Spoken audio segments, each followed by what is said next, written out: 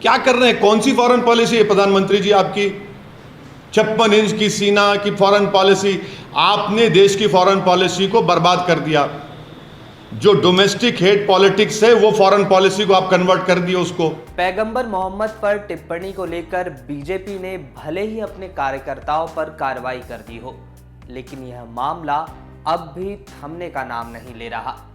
दुनिया भर के कई मुस्लिम देशों ने भारत सरकार को अपने रुख से अवगत करा दिया है, तो वहीं दूसरी ओर नुपुर शर्मा की सुरक्षा भी दिल्ली पुलिस ने बढ़ा दी है। बीजेपी से निलंबित और निष्कासित किए गए नुपुर शर्मा और नवीन कुमार जिंदल के खिलाफ कार्रवाई के बाद भी यह मामला थम नहीं रहा।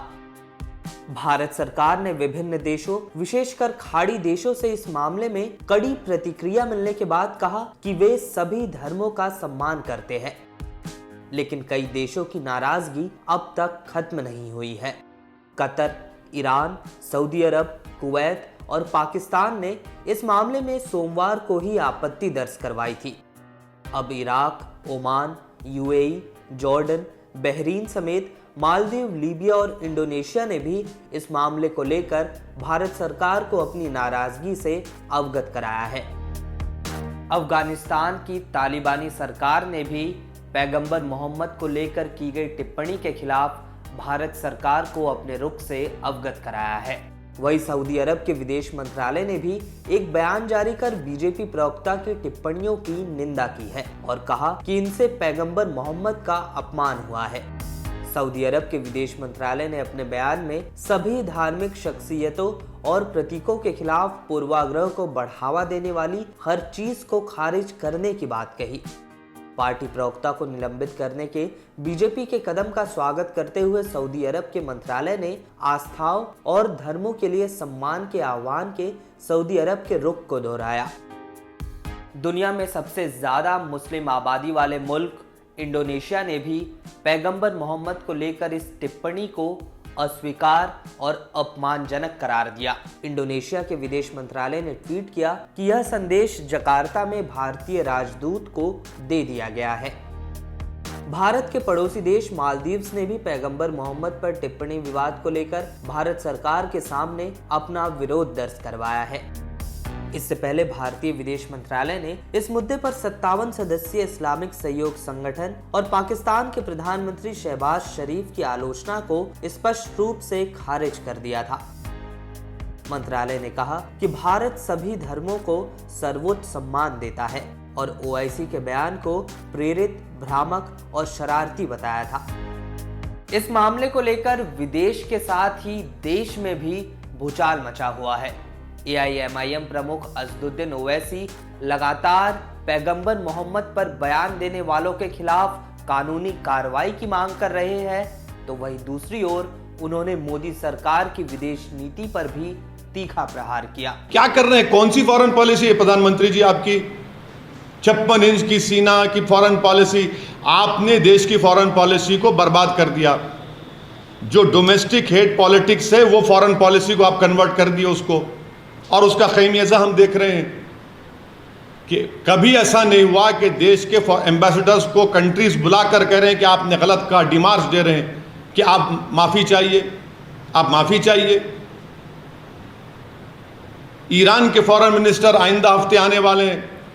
ईरान हमारे देश के एम्बेसडर को बुलाकर बोलता है कि आपने प्रॉफेट मोहम्मद सल्लल्लाहु अलैहि वसल्लम की इंसल्ट की है, माफ़ी चाहिए। वाइस प्रेसिडेंट खतर में है, उनकी खतर मौजूदगी में एम्बेसडर को बुलाकर कहा जाता है इतनी बड़ी बेइज्जती भारत की।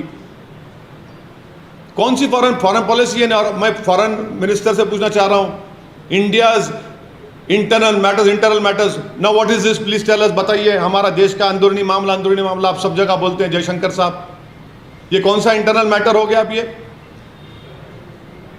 ये इस तरह के बयानात देकर 10 दिन तक खामोश बैठकर और भारत के मुसलमानों को उनकी आवाज़ को नहीं सुनना प्रधानमंत्री की, ये प्रधानमंत्री भारत के मुसलमानों की नहीं बल्कि भारत के शहरियों की बेइज्जती कर रहे हैं। हमारे देश के जो नागरिक इन गल्फ कंट्रीज़ में रहते हैं वो 34,20,000 के करीब रहते हैं। यूएई में यूएई में खुद 34,20,000, सऊदी अरेबिया में 25 लाख, यूनाइटेड स्टेट्स में 12,80,000, कुवैत में 10,29,000, ओमान में 7 लाख, कतर में 7.5 लाख, नेपाल में 5 लाख, यूनाइटेड किंगडम में 3-3.5 लाख करीब, सिंगापुर में 3.5 लाख, बहरीन में 3,23,000 और जितने टॉप 10 एनआरआई डेस्टिनेशन है उसमें 6 के 6 ये गल्फ कंट्रीज़ में है। अगर ये गल्फ कंट्रीज़ में इंडियंस के ख़िलाफ़ हॉस्टिलिटी बढ़ जाएगी तो क्या होगा?